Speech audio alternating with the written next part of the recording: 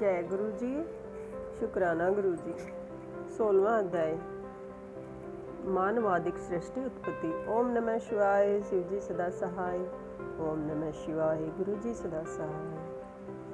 ब्रह्मा जी बोले, इसके पश्चात शब्द आदि पंचभूतों द्वारा पंजीकरण करके उनसे स्थूल आकाश, वायु, अग्नि, जल और पृथ्वी, पर्वत, समुद्र, वृक्ष आदि और काल आदि से युग पर्यंत कालों की भी मैंने रचना की तथा और सृष्टि के बहुत से पदार्थों को मैंने रचा।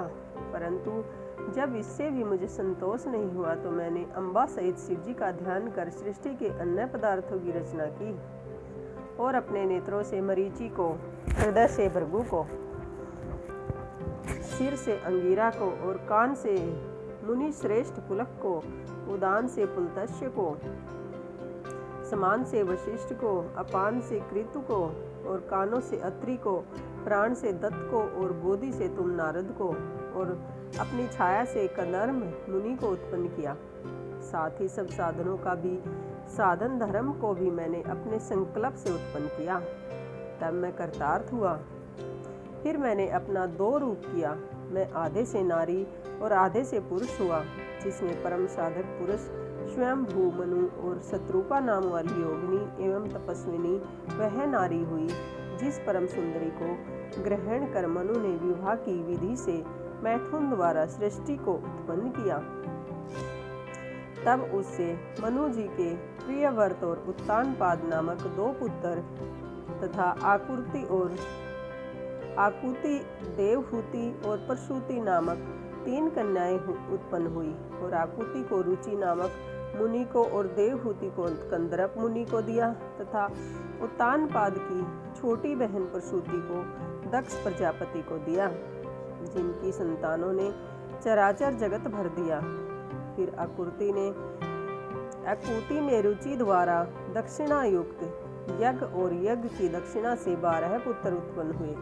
फिर देवहूति में कंदरप मुनि से कपिल मुनि उत्पन्न हुए और इधर दक्ष के 24 कन्याएं उत्पन्न हुई, जिसमें से दक्ष ने श्रद्धा आदि 13 कन्याओं को धर्म को दिया, जिनके नाम ये थे: श्रद्धा, लक्ष्मी, धृति, दृष्टि, मेधा, प्रिया, बुद्धि, लज्जा, वशु, शांति, सिद्धि और कीर्ति। फिर इससे सबसे छोटी 11 कन्याएं ख्याति, तययुत, संभूति, स्मृति, प्रीति, क्षमा, सनिति, अनुरूपा, ऊर्जा, स्वाहा और स्वधा को कर्मशय, भृगु भव, मरीचि अंगीरी, अंगीरा मुनि, पुलतस्य पुलह, कृत, अत्रि, वशिष्ठ वर्ही और पितृ को दिया, जिनकी संतानों ने त्रिलोकी भर गई। फिर तो शिव जी की आज्ञा से प्राणियों के कर्म अनुसार असंख्य जातियों की उत्पत्ति हुई, जिनमें ब्राह्मण श्रेष्ठ हुए। कल्प भेद से दक्ष के साथ कन्याओं की भी उत्पत्ति कही गई है, जिनकी संतानों ने पाताल से लेकर सतलोक तक यह चराचर जगत व्यापक हो गया और कुछ भी शून्य न रहा। इस प्रकार शिव जी की आज्ञा से ब्रह्मा जी ने सृष्टि की रचना की। सदाशिव ने त्रिशूल के अग्रभाग से सती की रक्षा की, जिनके सर्वव्यापी विष्णु जी ने अपने प्रभाव से पहले ही निर्माण किया था और भी कन्याएं दक्ष जी से लोक कल्याण के लिए ही प्रकट हुई थी। इस प्रकार शिव जी ने भक्तों के उद्धार के लिए बहुत सी लीलाएं की, जिनका वाम अंग वैकुंठ और दक्षिण अंग में मैं हूँ। इस प्रकार मैं विष्णु और रुद्र, यही 3 गुण इधर प्रधान हुए और उधर इसी प्रकार सतरज और तम 3 गुणों से जिनका मैं स्वयं प्रधान हूँ, उनमें से रजो गुण वाली सुरा देवी और सुता गुण वाली सती और तमो गुण वाली लक्ष्मी प्रकट हुई। सती के परा और शिव उमा के 3 रूप हैं, जिनमें यही शिवा सती के रूप में शंकर के साथ ब्याही गई और पिता के यज्ञ में शरीर त्याग कर नारद से अपने पद को प्राप्त हुई। फिर पार्वती होकर तप करके शिव जी को मिली। जिनके कालिका, चंडिका, भद्रा, चामुंडा, विजया, जया, जयंती, भद्रकाली, दुर्गा, भगवती, कामाख्या, कामदा, अम्बा, मर्दानी और सर्वमंगलदायक, भक्ति मुक्तिदायक नाम हुए। फिर तो यह तीनों गुणमय देवियों और गुणमय तीनों देवियों ने मिलकर अनेकों प्रकार की उत्तम सृष्टि की है। हे मुनीसतम, इस प्रकार तुम्हारे लिए मैंने सृष्टि का प्रकार कहा। शिव की आज्ञा से ही मैं इस ब्रह्मांड का रचयिता हूँ। जय गुरु जी। 16वां अध्याय समाप्त। जय गुरु जी। शुक्राना गुरु जी। ओम नमः शिवाय। शिव जी सदा सहाय। ओम नमः शिवाय। गुरु जी सदा सहाय। जय गुरु जी। जय गुरु जी। शुक्राना गुरु जी। ओम नमः शिवाय। शिव जी सदा सहाय। ओम नमः शिवाय। गुरु जी सदा सहाय। 17वां अध्याय। शिव जी को कैलाश यात्रा। सूत जी कहते हैं कि जब इस प्रकार ब्रह्मा जी ने कहा, तब नारद जी ने नमस्कार कर विनय पूर्वक फिर पूछा कि हे ब्रह्मा जी, शिव जी कैलाश पर कब गए और महात्मा कुबेर के साथ उनकी मित्रता कहाँ हुई और वहाँ रहकर शिव जी ने क्या किया? उनका यह सब चरित्र मुझे बताइए। ब्रह्मा जी कहने लगे, हे नारद, जिस प्रकार शिव जी कैलाश पर गए और कुबेर के साथ मित्रता की, वह सुनो। कौंपिल्य नगर में एक यज्ञदत्त नाम का ब्राह्मण रहता था, जो यज्ञ विद्या में पारंगत था। उसके गुण निधि नामक एक पुत्र था, जिनकी आयु उस समय 8 वर्ष की थी और उसका यज्ञोपवीत हो चुका था तथा उनसे उसने भी बहुत सी विद्याएं सीखी थी। परंतु पिता से छिपकर वह जुगाड़ी, खेल कूद में संगलन और गाने बजाने वालों का साथी हो गया। उसने ब्राह्मणों के आचार त्याग, संध्या वंदन आदि से रहित, ब्राह्मणों की निंदा में रत और पाखंडी और भांडों का साथ कर लिया। माता के कहने पर वह पिता के समीप नहीं जाता और पिता तो घर के कार्य और दक्षिणा आदि में संलग्न रहा करता था। पर जब वह घर आता अपनी स्त्री से पूछता कि इस समय गुण निधि कहाँ गया, तो वह कह देती, इसी समय कहीं बाहर गया है, कहीं स्नान और देवताओं के पूजन के लिए गया होगा। एक ही पुत्र होने के कारण वह माता दीक्षित को ठग लेती। निदान ग्रह सूत्र के अनुसार दीक्षित ने उस पुत्र का विवाह भी करा दिया। माता नित्य पुत्र को समझाती कि तुम्हारे पिता बड़े ही महात्मा और क्रोधी भी हैं, तुम अपनी बुरी आदतों को छोड़ दो, अन्यथा वह सब तुम्हारे इस चरित्र को जान लेंगे, तब तुमको और मुझको दोनों को मारेंगे। तुम्हारा कुल बड़ा पवित्र है, तुम यह जुआ आदि निंदा कर्म क्यों करते हो? हे पुत्र, इसे त्याग देने में ही तुम्हारा कल्याण है। परंतु कहाँ की बात, माता के समझाने का उस पर कुछ भी प्रभाव न पड़ता। एक दिन उसने घर में रखी हुई पिता की हाथ की अंगूठी को चुराकर किसी जुगाड़ी के हाथ में दे दी। देव योग से दीक्षित ने उस अंगूठी को जुगाड़ी के हाथ में देखा और उससे पूछा तो उसने कहा, मैंने तुम्हारी कोई चोरी नहीं की है, किंतु तुम्हारे पुत्र ने ही मुझे इसे ला कर दिया है। वह अंगूठी ही नहीं, किंतु उसने और जुगाड़ियों को भी बहुत सा धन ला कर दिया है। परंतु आश्चर्य है कि तुम जैसा पंडित अपने पुत्र को क्यों नहीं जान सके। लज्जा के मारे दीक्षित का सिर झुक गया।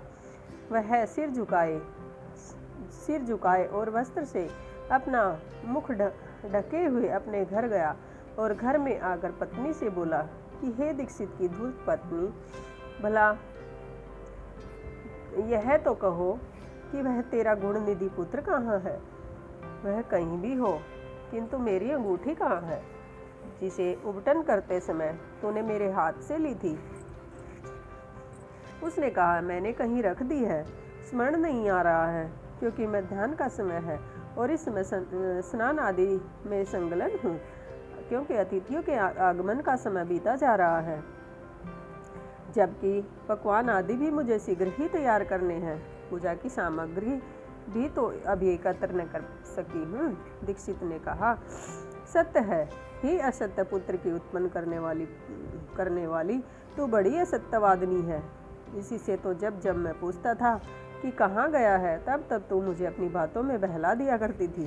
पत्नी से ऐसा कहते हुए ब्राह्मण यज्ञदत्त घर की और भी चीज़ें ढूंढने लगा, परंतु जब एक भी चीज़ न मिली, क्योंकि पुत्र ने उन्हें जुए में दे डाला था और उसकी माता पुत्र की ममता में पड़कर उसके दोषों को छिपाती फिरती थी, तब सारा दोष अपनी पत्नी का जानकर उस ब्राह्मण ने जल लेकर स्त्री और पुत्र को तिलांजलि दे दी और किसी श्रोत्रिय ब्राह्मण की कन्या से अपना दूसरा विवाह भी कर लिया। जय गुरु जी। 70वां अध्याय समाप्त। शुक्राना गुरु जी। जय गुरु जी। ओम नमः शिवाय। शिव जी सदा सहाय। ओम नमः शिवाय। गुरु जी सदा सहाय। जय गुरु जी। शुक्राना गुरु जी। ओम नमः शिवाय। शिव जी सदा सहाय। ओम नमः शिवाय। गुरु जी सदा सहाय। 18वां अध्याय। यमदूतों से शिव गुणों की वार्ता। ब्रह्मा जी ने कहा, हे नारद, जब यह समाचार दीक्षित के पुत्र को मिला तो वह गृह त्याग कर कहीं दूर जाकर अपने भविष्य की चिंता करने लगा। कभी माता की ममता का स्मरण, कभी पिता की धर्म यज्ञता और कभी अपनी मूर्खता पर पश्चाताप करने लगा। निदान भूख प्यास से पीड़ित संध्या का समय एक शिव मंदिर के पास जाकर बैठ गया, जहाँ शिवरात्रि के व्रत में शिवजी के पूजन हेतु सपरिवार समस्त सामग्रियों से युक्त होकर आया था। जब वह सब प्रकार की शिव की पूजा कर चुके और घर से लाए हुए पकवान आदि उन पर चढ़ा चुके, तब भूख से पीड़ित यज्ञदत्त का पुत्र उसे कैसे ग्रहण करे, इसके लिए वह मंदिर की आड़ में छिपकर सब देखता रहा। जब वे लोग पकवान आदि चढ़ाकर किंचित विश्राम करने लगे तो उनकी आंखों से झपकी आते आते यज्ञदत्त का पुत्र धीरे से उठकर मंदिर में प्रवेश कर गया। जो कुछ भोग चढ़ा था सब लेकर चंपत हो गया, किंतु उसी क्षण उसके पैर की धमधमाहट सुनकर वे सोए हुए लोग सब जाग उठे और चिल्लाते हुए दौड़ते हुए उसका पीछा किया। नगर के लोगों ने भी उसे खदेड़ा। नगर के रक्षकों ने तो उसे भागते हुए को ऐसा मारा कि वह क्षण में ही अंधा हो गया। अभी तक उसने उस नैवेद्य को खाया भी नहीं था कि इतने में यम के दूतों ने आकर उसे बांध लिया। परंतु जो ही वे उसे ले जाना चाहते थे कि दिव्य विमान पर बैठे हुए शूलधारी शिवजी के पार्षद भी उसे लेने के लिए वहां आ गए और बोले कि हे यमराज के गणों, अब इस परम धर्मात्मा ब्राह्मण को छोड़ दो, क्योंकि इसने कोई पाप शेष नहीं रहा है। यम के दूतों ने शिवजी के पार्षदों को नमस्कार कर कहा, नहीं, आप नहीं जानते, यह बड़ा पापी और अपने धर्म कर्म से नष्ट, कुल के आचार से हीन, अपने पिता का बड़ा शत्रु है। यह देखो, इसने शिवजी का निर्माल्य भी चुराया है। शिव निर्माल्य के भक्षक और उल्लंघन करने वाले को तो छूने से भी पाप लगता है, परंतु धर्म में ऐसी जानकारी आप सबको है, वैसी हम सबको नहीं है।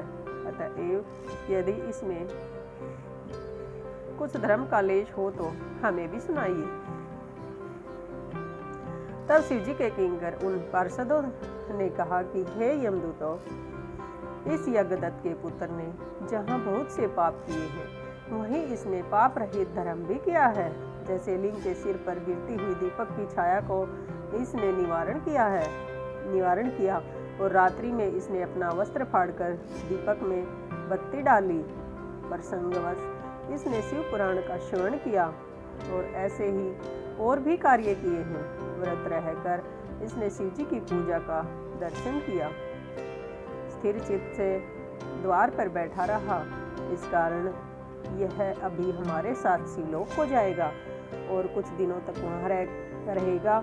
फिर पाप रहित होकर यह कलिंग देश का राजा होगा, क्योंकि यह ब्राह्मण श्रेष्ठ निश्चय ही शिव का प्रिय है। तुम लोग प्रसन्न हो अपने लोक को जाओ। ब्रह्मा जी कहते हैं कि यह सुनकर यम के दूत जहाँ से लाए थे वह लोक को चले गए। यह समाचार यमदेव से कहा। यमराज ने भी हर्ष से उनकी बात स्वीकार कर ली। फिर तो उन यमदूतों से छुड़ाया गया वह ब्राह्मण शिव गणों द्वारा शिवलोक को गया और वहाँ शिव पार्वती की सेवा से लौटकर कलिंग देश का राजा हुआ। वहाँ उसका नाम अरिंदम पड़ा।